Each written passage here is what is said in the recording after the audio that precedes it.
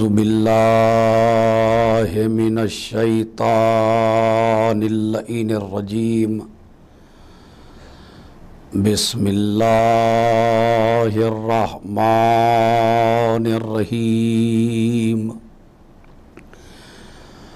الحمد للہ رب العالمین الصلاۃ والسلام علی اشرف الانبیاء والمرسلین شفیع المذنبین الذی بعثہ رحمۃ للعالمین سیدنا و مولانا و مولا الثقلین محبوب رب المشرقین والمغربین جد الحسن والحسین ابی القاسم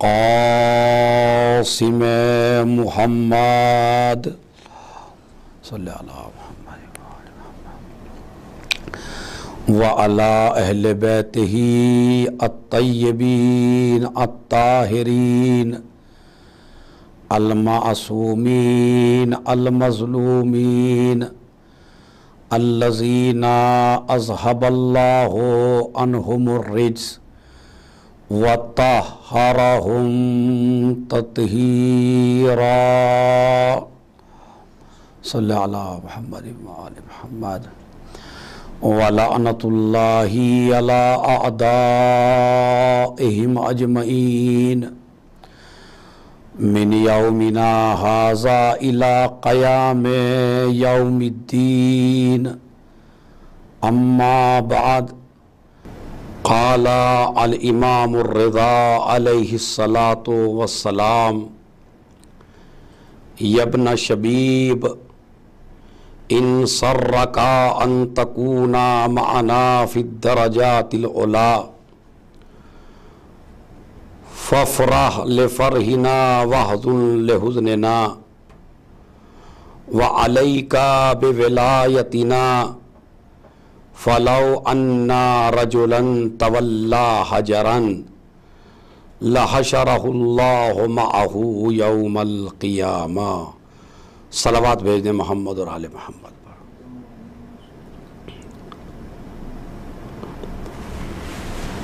ماہ محرم کا آغاز ہو چکا ہے۔ اذاقانوں میں فرش اذا بچ چکا ہے۔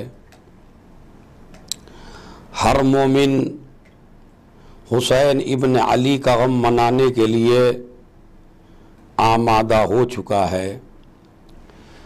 کچھ مسافر کربلا سے، مدینے سے، نجف سے ہمارے اور آپ کے یہاں آ چکے ہیں،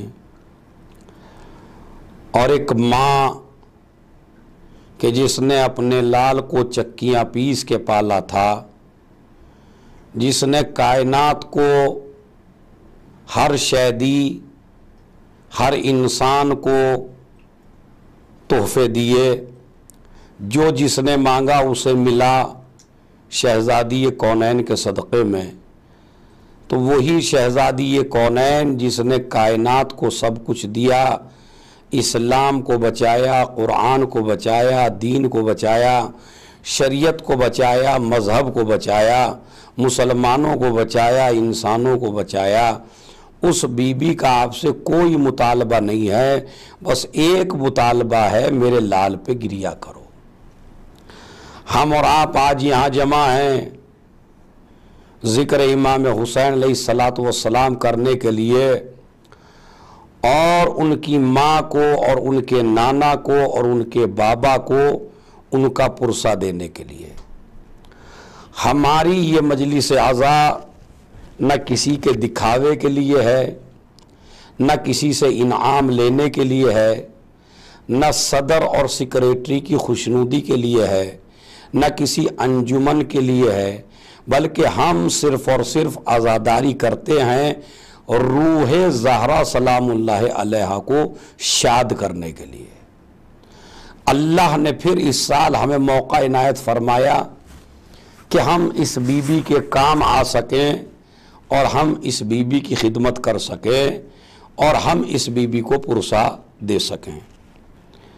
مجلس عزا ایک درسگاہ ہے، مجلس عزا ایک اسلامی یونیورسٹی ہے، مجلس عزا جہالت دور کرنے کا ایک ذریعہ ہے، مجلس عزا ائمہ ہدایت کو پہچاننے کا ایک طریقہ ہے، مجلس عزا اپنے اللہ سے بندوں کو قریب کرنے کا سب سے بہترین اور عظیم راستہ ہے۔ یہ آپ کو اتنا بلند کر دیتا ہے، یہ فرش اتنا بلند کر دیتا ہے کہ حقیقت میں ایسا لگتا ہے، ظاہر میں ایسا لگتا ہے کہ جیسے آپ فرش پہ بیٹھے ہوں، لیکن حقیقت میں آپ فرش پہ نہیں بیٹھے ہوتے بلکہ عرش پہ بیٹھے ہوتے ہیں۔ ایک صلوات بھیج دے محمد اور آل محمد۔ تو آپ فرش پہ بیٹھتے ضرور ہیں لیکن حقیقت میں آپ عرش پہ بیٹھتے ہیں۔ اسی لیے کسی شاعر نے کہا کہ بلند ہوتے ہیں فرش عزا پہ بیٹھ کے ہم، بڑا عجیب و غریب شعر ہے، بلند ہوتے ہیں فرش عزا پہ بیٹھ کے ہم، یہاں پہ آ کے ہمیں فرشتے بھی سر اٹھا کے دیکھتے ہیں، یہاں پہ ہم کو فرشتے سر اٹھا کے دیکھتے ہیں، بلند ہوتے ہیں فرش عزا پہ، یعنی ہم اتنے بلند ہو جاتے ہیں، ہم اتنے بلند ہو جاتے ہیں کہ ہمیں فرشتے بھی سر اٹھا کے دیکھتے ہیں کہ یہ کون ہے جو اتنی بلندیوں پر فائز ہیں۔ یہ حسین کے زوار ہیں، یہ حسین کے ماتمدار ہیں، یہ حسین کو پرسا دینے والے ہیں۔ اور روایت میں موجود ہے کہ جب محرم کا چاند نظر آتا ہے، ہمارے اور آپ کے چھٹے امام جعفر صادق علیہ السلام نے ارشاد فرمایا کہ جب محرم کا چاند نمودار ہوتا ہے اور دنیا غم حسین میں مشغول ہو جاتی ہے تو حسین ابن علی اپنے ایک ایک زائر کو، اپنے ایک ایک رونے والے کو، اپنے ایک ایک ماتمدار کو، اپنے ایک ایک عزا قائم کرنے والے کو، فرش بچھانے والوں کو، مجلس عزا میں کسی بھی طرح مدد کرنے والوں کو میرا مولا جنت سے بیٹھ کے دیکھتا ہے، سب پہ نظر ہے میرے مولا کی۔ صادق آل محمد نے فرمایا اور خالد تم کو نہیں جانتے بلکہ تمہارا نام جانتے ہیں، تمہارے باپ کا نام جانتے ہیں، تمہاری ماں کا نام جانتے ہیں، تمہارے خاندان کو جانتے ہیں، تمہارے احوال کو جانتے ہیں، تمہارے جو زندگی گزارنے کا طریقہ ہے اس کو دیکھ رہے ہیں۔ اس لیے کہ یزید مر گیا، حسین آج بھی زندہ ہے، حسین دیکھ رہے ہیں کون میرے لیے کیا کرتا ہے۔ یہ ہمارے چھٹے امام کی روایت میں نے پیش کی ہے۔ محرم کا چاند ہوتے ہی حسین ابن علی اپنے زائروں کو، اپنے رونے والوں کو، اپنے ماتم کرنے والوں کو، جو بھی محرم میں آپ کرتے ہیں، حسین آپ کو دیکھ رہے ہیں۔ عزیزوں، اسی لیے میں نے آپ حضرات کی خدمت میں، چونکہ آج یہ پہلی محرم ہے، تو میں آپ کو بتانا چاہتا ہوں کہ کتنا اجر و ثواب ہے اس غم میں شریک ہونے کا۔ امام فرماتے ہیں، ہمارا 8واں امام، یبن شبیب، اے شبیب کے بیٹے، ان سرکا ان تکون معنا فی الدرجات العلا، اگر تو یہ چاہتا ہے کہ جنت میں ہمارے ساتھ رہے، جہاں ہم رہیں وہاں تو رہے، جہاں ہم بیٹھیں وہاں تو بیٹھے، جہاں ہم آرام کریں وہیں تو آرام کرے، بالکل اگر تو ہمارے ساتھ رہنا چاہتا ہو۔ کون سا ایسا عزادار ہے، کون سا ایسا ماتمدار ہے، کون سا ایسا علی کا چاہنے والا عاشق علی ہے کہ جو اہل بیت کے ساتھ رہنا نہیں چاہتا؟ آپ بتائیے جتنے بھی ہیں، کیا آپ حسین کے ساتھ رہنا نہیں چاہتے؟ کیا آپ علی کے ساتھ نہیں رہنا چاہتے؟ کیا آپ اہل بیت کے ساتھ زندگی نہیں گزارنا چاہتے؟ یہ تو ہم محروم ہیں کہ آج اہل بیت کے ساتھ زندگی نہیں گزار سکتے، اس لیے کہ ہمارا امام پردے میں ہے۔ لیکن یہ جو محرومی ہے یہ دور کیسے ہوگی؟ اس کا علاج امام نے فرمایا ان سرکا ان تکون معنا، اگر تو یہ چاہتا ہے کہ جنت میں ہمارے ساتھ رہے، جنت کے درجات میں جس بلند درجے پہ ہم ہیں اسی بلند درجے پہ تو رہے، تو تیرے لیے ایک چیز کا کرنا ضروری ہے۔ کیا؟ فَفْرَحْ لِفَرْحِنَا، ہماری خوشی میں خوشی منانا، وَحْزُن لِحُزْنِنَا، اور ہمارے غم میں غم منانا، وَعَلَيْكَ بِوِلَایَتِنَا، اور تیرے اوپر واجب ہے، ضروری ہے، لازم ہے ہماری ولایت کو قبول کرنا۔ اس لیے کہ اگر ہماری ولایت نہیں ہے تو نماز نہیں ہے، روزہ نہیں ہے، حج نہیں ہے، زکوٰۃ نہیں ہے، خمس نہیں ہے، کائنات کی کوئی عبادت قبول نہیں ہے اگر ہماری ولایت نہیں ہے۔ اس لیے کہ جتنے بھی اعمال ہیں وہ جسم کی مانند ہیں، ہماری ولایت روح کی مانند ہے۔ اعمال کا کوئی فائدہ نہیں ہے جب تک روح ولایت اس میں نہ پھونک دیجئے۔ ایک صلوات بھیج دیں محمد اور آل محمد پر۔ لہذا ولایت وعلیکا بولایتنا، تیرے اوپر واجب ہے، علیکا واجب ہے، ضروری ہے تیرے اوپر ہماری ولایت۔ پھر کیوں فرماتے ہیں علیکا بولایتنا؟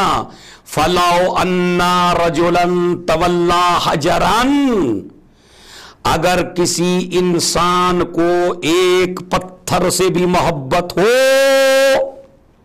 بڑی عجیب و غریب حدیث ہے ناظرین، اگر کسی انسان کو ایک پتھر سے بھی محبت ہو تو اللہ اس انسان کا حشر اس پتھر کے ساتھ کرے گا جس سے محبت ہے۔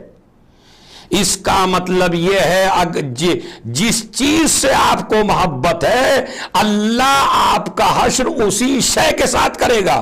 اگر شیطان سے محبت ہے تو شیطان کے ساتھ حشر ہوگا، اگر مومن سے محبت ہے تو مومن کے ساتھ حشر ہوگا، اگر امیر المومنین سے محبت ہے تو امیر المومنین کے ساتھ محشور ہوں گے۔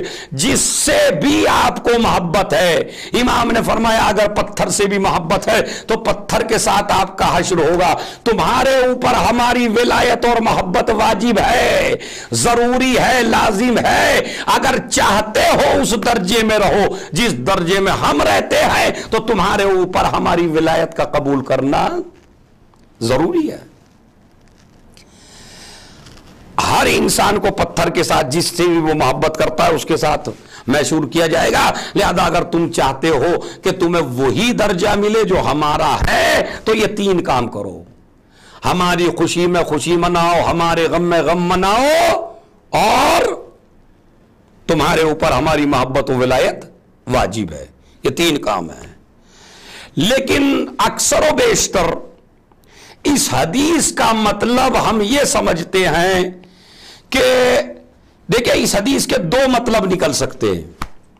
میری بڑی توجہ چاہتا ہوں اپنے ناظرین سے، اپنے سامعین سے۔ اس حدیث کے دو مطلب نکلتے ہیں۔ پہلا مطلب، جب آل محمد کے گھر میں خوشی ہو تو آپ ان کے ساتھ خوشی منائیے چاہے آپ کے گھر میں غم ہی کیوں نہ ہو۔ یہ ہے حدیث کا مطلب ایک، یعنی اگر آل محمد کے گھر میں خوشیاں ہوں اور تمہارے گھر میں غم ہو تو اپنے غم کو بھول جانا، آل محمد کی خوشی میں شریک ہو جانا۔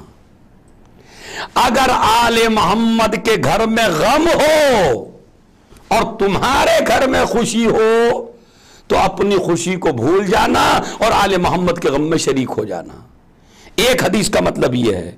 اس سے ہم نتیجہ یہ لیتے ہیں کہ جب ان کے یہاں کوئی ولادت ہو، ان کی کوئی خوشی ہو تو اس میں محفل کر لیجئے، جب ان کے یہاں کوئی غم ہو تو مجلس کر لیجئے۔ محفل خوشی کی علامت ہے، مجلس غم کی علامت ہے۔ ان کے غم میں مجلسیں کریں گے اور ان کی خوشی میں محفلیں کریں گے۔ ایک مطلب یہ ہے، جو اکثر و بیشتر اکثر ذاکرین اسی مطلب کو آپ تک پہنچاتے ہیں، اور آپ بھی یہی سمجھتے ہیں کہ اس حدیث کا مطلب یہ ہے۔ خالی اس حدیث کا مطلب یہ نہیں ہے کہ خوشی آئے تو محفل کر لیجئے اور غم آئے تو مجلس کر لیجئے۔ اس حدیث کا خالی مطلب ہے یہ بھی، لیکن خالی یہی نہیں ہے، اس سے بھی ایک دقیق مطلب ہے، اس سے بھی ایک گہرا مطلب ہے۔ وہ کیا ہے؟ فَفْرَحْ لِفَرْحِنَا، ہماری خوشی میں آپ کو خوش ہونا ہے، یعنی جس چیز سے آل محمد خوش ہو اس چیز سے آپ کو خوش ہونا ہے، جس چیز سے آل محمد ناراض ہو اس چیز سے آپ کو ناراض ہونا ہے۔ اب اس حدیث کا دوسرا مطلب کیا ہو گیا؟ یعنی خالی مجلس اور محفلوں سے آل محمد کو آپ راضی نہیں کر سکتے، بلکہ مطلب کیا ہے؟ جھوٹ سے آل محمد ناراض ہیں تو آپ بھی جھوٹ سے ناراض رہیے، جھوٹ نہ بولیے۔ آل محمد غیبت سے ناراض ہیں تو آپ بھی غیبت نہ کیجئے۔ آل محمد حاسد نہیں ہیں تو آپ بھی حسد نہ کیجئے۔ آل محمد نے کسی کا حق نہیں مارا تو آپ بھی کسی کا حق نہ ماریے۔ آل محمد نے کسی کو گالیاں نہ دی تو آپ بھی کسی کو گالی نہ دیجئے۔ آل محمد نے کسی یتیم و غریب کو نہیں ستایا تو آپ بھی کسی یتیم و غریب کو نہ ستائیے۔ یہ ہے مطلب، جس سے ہم خوش ہوں آپ اس سے خوش ہو جائیں۔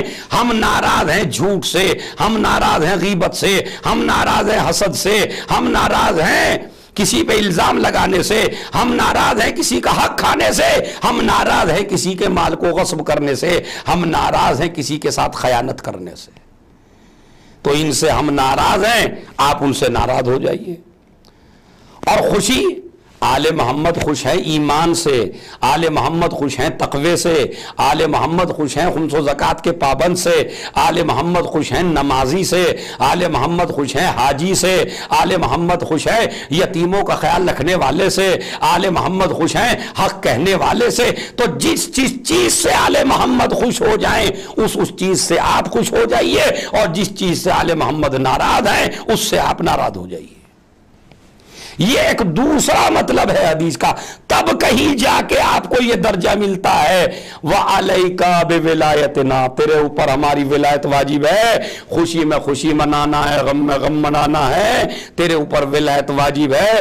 اگر تو چاہتا ہے ان سرک ان تکون معنا، اگر تو چاہتا ہے جنت میں ہمارے ساتھ رہے تو تجھے یہ کام کرنے ہیں۔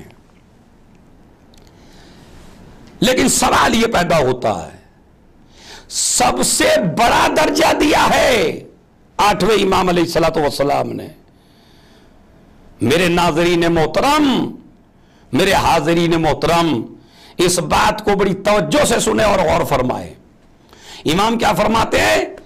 جنت میں وہ درجہ ملے گا جو ہمارا ہے۔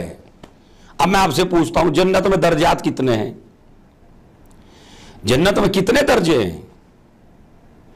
جنت میں بہت زیادہ درجات ہیں، بلکہ ایک درجہ نیچے کا ہے، ایک درجہ درمیانی ہے، ایک درجہ اوپر کا ہے، اور سب سے بڑا درجہ وہ ہے جنت کا جہاں محمد و آل محمد رہیں گے۔ اس لیے کہ جو مالک ہے نا جنت کے، ان سے بڑا تو کسی کو درجہ ملنے والا نہیں ہے۔ حد یہ ہے کہ نبیوں کو بھی وہ درجہ نہیں ملے گا جو آل محمد کا جنت میں درجہ ہے، اس سے بڑا درجہ کوئی ہے ہی نہیں۔ جنت میں اس سے بڑی کوئی جگہ نہیں ہے، اس لیے کہ جہاں خاتون جنت رہتی ہو، جہاں مالک جنت علی رہتا ہو، جہاں سردار جنت حسن و حسین رہتے ہو، تو اس سے بڑی جنت میں کوئی جگہ نہیں ہے۔ سب سے اعلیٰ مقام، سب سے اعلیٰ جگہ وہ ہے کہ جہاں آل محمد رہیں گے جنت میں۔ لہذا اگر آپ کو وہاں رہنا ہے تو یہ کرنا ہے جو ہمارے امام نے فرمایا۔ لہذا اچھا، جنت میں بھی ضروری نہیں ہے کہ ہر جنت والے کو امام کی وہاں زیارت نصیب ہوگی۔ یہ بھی ایک بڑا عجیب و غریب مسئلہ ہے۔ ایک تو جنت میں جانا ہی بہت بڑا مسئلہ ہے، یہ اتنا آسان نہیں ہے جتنا آسان آپ سمجھ لیتے ہیں۔ دنیا کا کوئی مسلمان ایسا نہیں ہے جس کی خواہش یہ نہ ہو کہ وہ جنت میں جائے۔ ہر آدمی کی خواہش ہے جنت میں جائے، ہر آدمی کی آرزو ہے آپ نماز کیوں پڑھتے ہیں؟ جنت میں جائیں. روزہ کیوں رکھتے ہیں؟ جنت میں جائیں. حج پہ کیوں جاتے ہیں؟ جنت میں جائیں. غریبوں کا خیال کیوں کرتے ہیں؟ جنت میں جائیں. بچوں کی حفاظت کیوں کرتے ہیں؟ اچھی پرورش کیوں کرتے ہیں؟ ان کو تعلیم کیوں دلاتے ہیں؟ سارے کام اس لیے کرتے ہیں تاکہ جنت میں جائیں. تو اس کا مطلب ہے جنت میں جانا کوئی آسان بات نہیں ہے. جب حرام کو چھوڑتے رہو گے، واجب کو کرتے رہو گے، تب جا کے اس لائق بنو گے کہ تم جنت میں جا سکو. تو پہلا مسئلہ ہے جنت میں جانا. دوسرا مسئلہ ہے جنت میں بڑا درجہ ملنا. اور تیسرا مسئلہ اس سے بھی سخت ہے کہ جنت میں اس جگہ جانا جہاں آل محمد رہتے ہو. ارے میں توجہ چاہتا ہوں. جنت میں جانا مشکل ہے، جنت میں بڑا درجہ حاصل کرنا مشکل ہے، اور سب سے بڑا درجہ حاصل کرنا انتہائی مشکل ہے. امام نے آخری ڈگری کی بات کی ہے. جنت میں وہ مقام ملے گا کہ جو آل محمد کا مقام ہے، وہ جگہ ملے گی.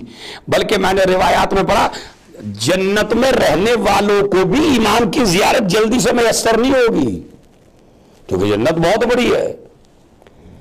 کچھ لوگ جنت میں ایسے ہوں گے جن کو امام کی زیارت ہوا کرے گی 1 سال میں، چونکہ بہت بڑا شرف ہے نا حسین ابن علی کی اور اہل بیت کی زیارت ہو جانا.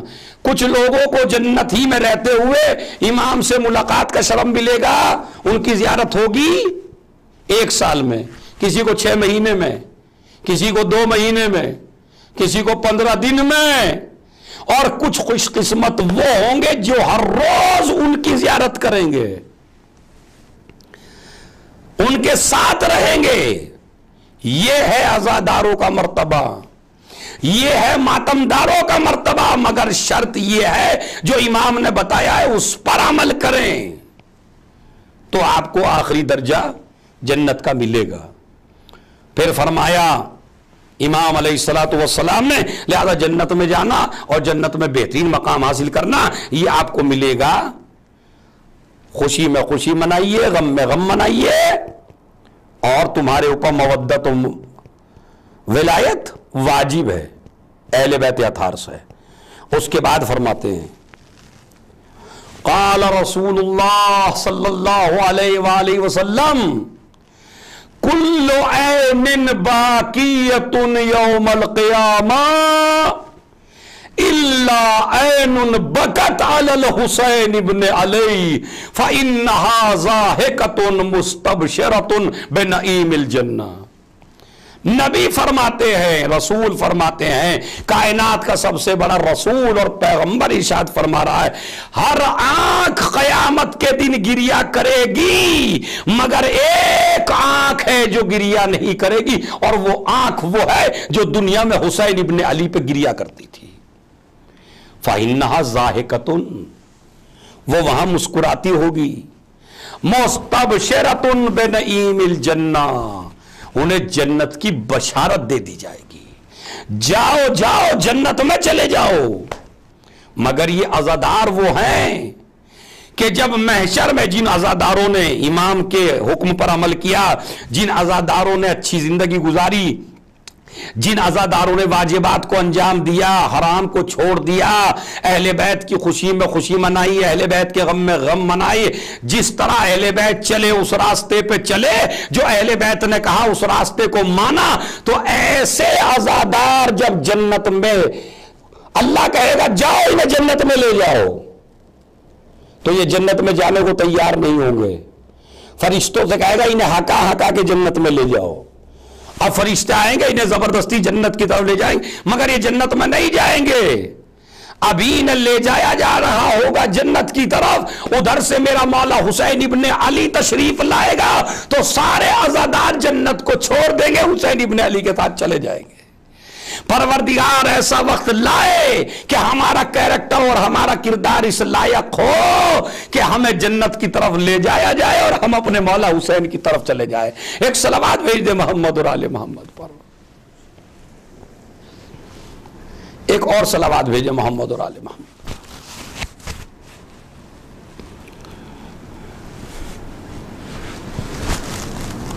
دوسری حدیث میں، تیسری حدیث میں اس نے فرمایا عینان لا تمسہما النار، دو آنکھیں وہ ہیں جن کو جہنم کی آگ جلا نہیں سکتی.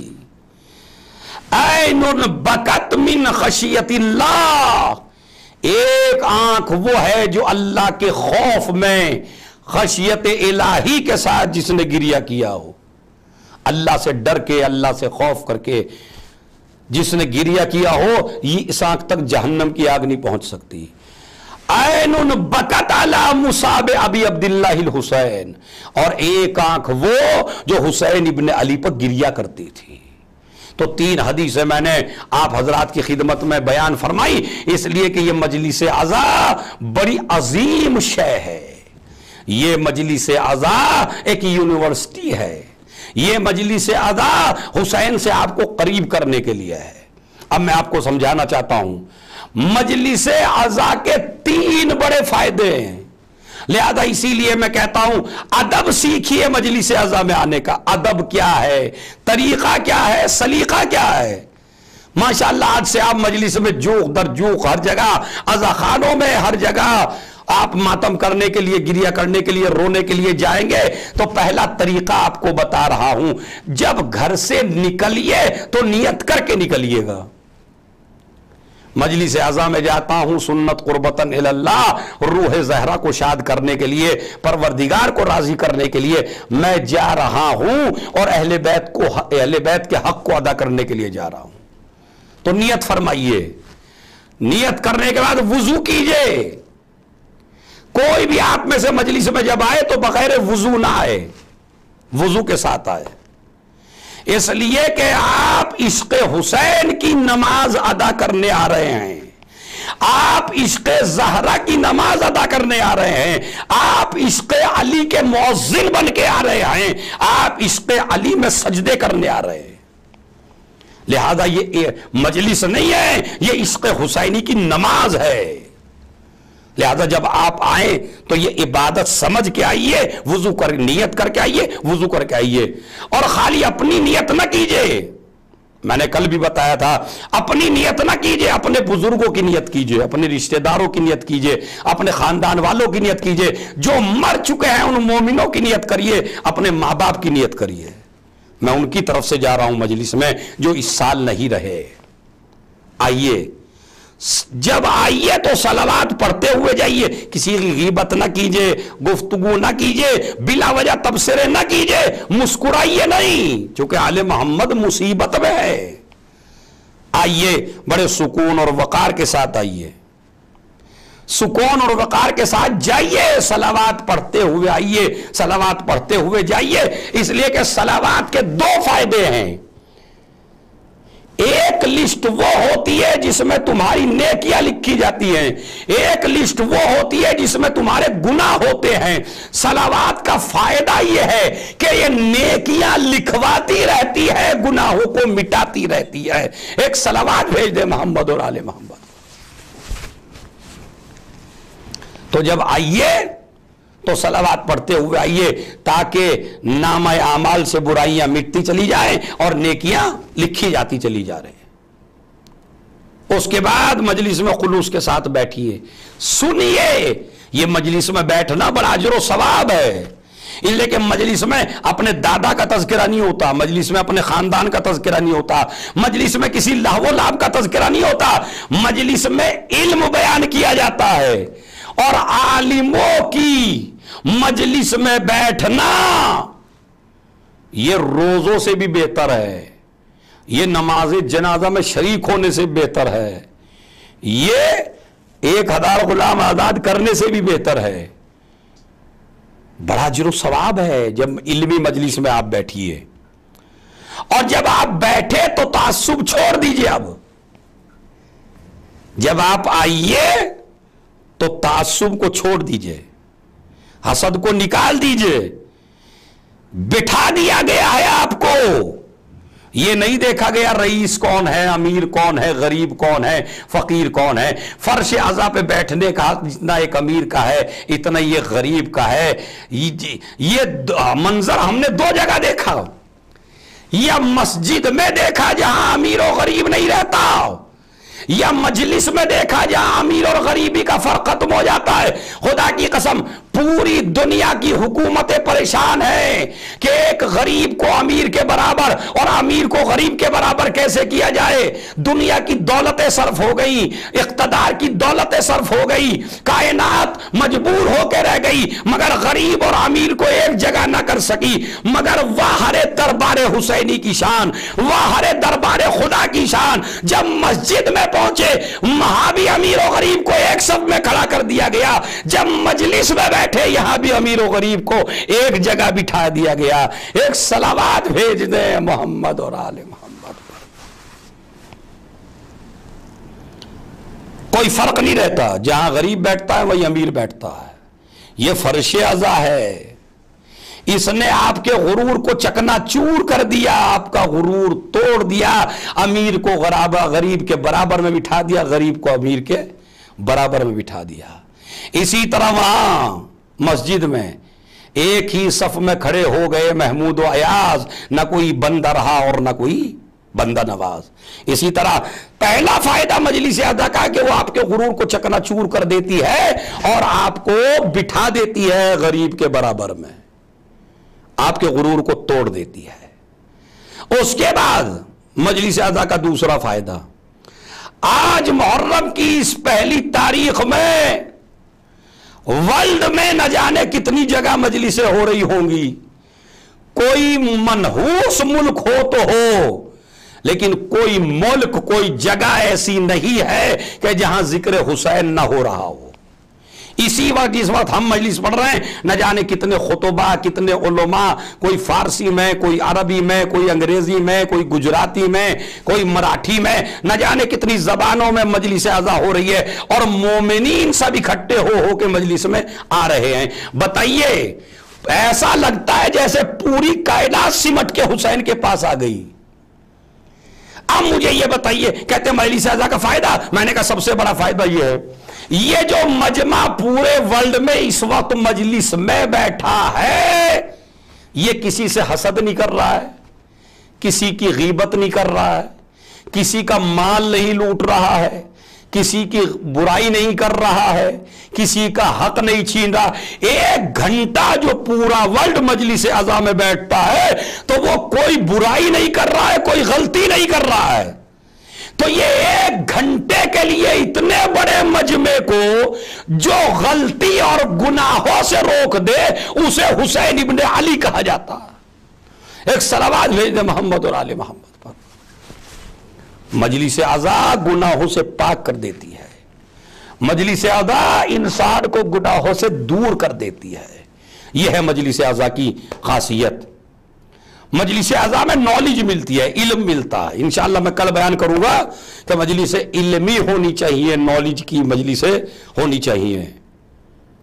2-3 باتیں کل انشاءاللہ, اور اس کے بعد زیارت وارث اور حسین ابن علی کا ٹاپک کل سے شروع ہو جائے گا. آج تمہیدی مجلس تھی تاکہ آپ کو بتایا جا سکے کہ مجلس میں جس مجلس میں آ رہے ہیں آنا کیسے ہے اور آپ کو غرور کس طرح توڑنا ہے اپنا.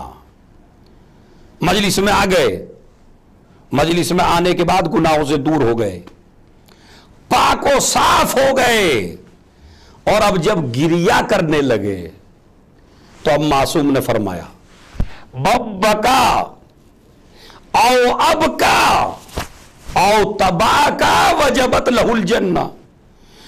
جو انسان مجلس میں آ گیا, آ کے بیٹھ گیا, اب جب بیٹھا مصائب ہونے لگے, من بکا جو روئے, او اب کا یا رلائے, او تبا کا اگر رونا نہ آئے تو رونے جیسی صورت بنائے, وجبت لہ الجنہ اس کے اوپر جنت واجب ہے. یہ حدیث بعض لوگوں کی سمجھ میں نہیں آتی ہے. بعض لوگ کہتے ہیں یہ کیسے ہو سکتا ہے کہ رونے سے جنت مل جائے, خالی رلانے سے جنت مل جائے, خالی رونے کی صورت بنانے سے جنت مل جائے. یہ حدیث صحیح نہیں ہے. لوگ کہتے ہیں, بعض متعصب, بعض جاہل, بعض مقصرین کہتے ہیں یہ حدیث ہماری سمجھ میں نہیں آتی, بھلا رونے سے جنت کیسے مل سکتی ہے.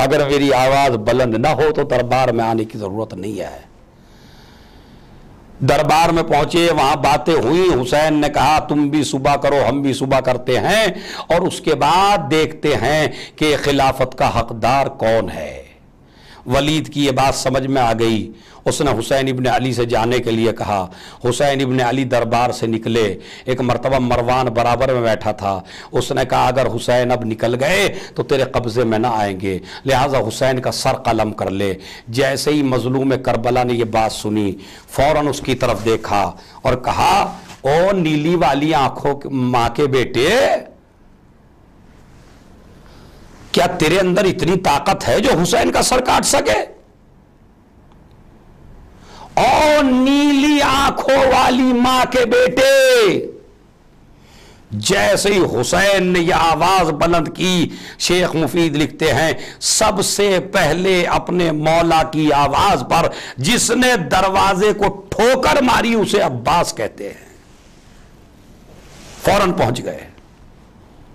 ایک مرتبہ میرے مولا نے پشت پہ ہاتھ رکھا، عباس یہ مدینہ ہے کربلا نہیں ہے۔ عباس کو سمجھایا، لے کے آئے۔ ادھر میں نے علامہ اظہر زیدی صاحب سے ان کی کتاب میں نے پڑھا کہ ادھر حسین کو آنے میں دیر ہوئی، ادھر ماجائی زینب بار بار دروازے کے قریب آ کے دیکھتی ہے میرا ماجایا نہیں آیا، میرا بھائی نہیں آیا، انتظار میں ہے زینب۔ ایک مرتبہ حسین کو آتے ہوئے دیکھا، اے بھیا یہ تو بتاؤ کیا ٹھہری؟ کہا بہن نانا کے مزار سے جدائی ٹھہری، اے بہن ہمیں نانا کا روزہ چھوڑنا ہے، اے بہن ہمیں ماں کا مزار چھوڑنا ہے، ہمیں بھائی کی لہد چھوڑنا ہے۔ لو عزیزو تیاری ہونے لگی، سامان سفر باندھا جانے لگا، رات کا سناٹا آیا۔ حسین ابن علی رات کے سناٹے میں اپنے نانا کے روزے پہ پہنچے، اور جب نانا کے روزے پہ پہنچے تعویذ قبر سے لپٹ گئے۔ نانا تیرا حسین آیا ہے، اے نانا ارے تیری قبر کا مجاور آیا ہے، اے نانا ارے یہ امت مجھے تمہاری قبر کے قریب رہنے نہیں دیتی، اے نانا آپ کی قبر پھٹ جائے، حسین اس کے اندر سما جائے۔ یہ آواز دی ہی تھی کہ ایک مرتبہ حسین کی آنکھ لگ گئی، کیا دیکھا؟ رسول آئے، زلفیں بکھری ہوئی، اپنے لال کو سینے سے لگایا، میرے لال ارے تو اکیلا نہیں جائے گا، تیرا نانا بھی تیرے ساتھ چلے گا۔ حسین ابن علی نانا کے مزار سے رخصت ہوئے، بھائی کی لحد پہ پہنچے اور ایسے روئے جیسے ایک بھائی جوان بھائی کے لاشے پہ روتا ہے۔ اے بھیا ارے تم تو لحد میں آرام کر رہے ہو، ارے یہ دنیا ہمیں رہنے نہیں دیتی۔ حسن کے جناب حسن کے قبر پہ بھی بہت زیادہ روتے رہے، مگر راوی کہتا ہے میں نے دیکھا جب نانا کے روزے پہ پہنچے ایسے جیسے کوئی بادشاہ جاتا ہو، بھائی کے روزے پہ پہنچے جیسے کوئی سلطان جاتا ہو، لیکن جب ماں کی لہد نظر آئی تو حسین ابن علی کے چلنے کا انداز بڑا عجیب غریب ہو گیا، کیسے جیسے 6 مہینے کا بچہ گھٹنیوں چل کر اپنی ماں کی گود میں بیٹھ جائے۔ حسین گھٹنیوں کے بل چلے، ماں کی قبر نظر آئی، تعویذ قبر پہ گرا دیا، اماں تیرا حسین آیا ہے، اے اماں ارے اماں لہو لہان چمن دیکھنے چلو، ارے زینب کے بازووں میں رسن دیکھنے چلو، اے اماں تیرا حسین آیا ہے۔ قبر زہرا کو زلزلہ سا آ گیا، وعلیک السلام یا غریب الام، اے میرے غریب لاڈلے ارے تجھ پہ ماں کا سلام ہو، بیٹا تو آگے آگے چل، تیری ماں تیرے پیچھے پیچھے آ رہی ہے۔ لو عزیزو حسین رخصت کے لیے آ گئے،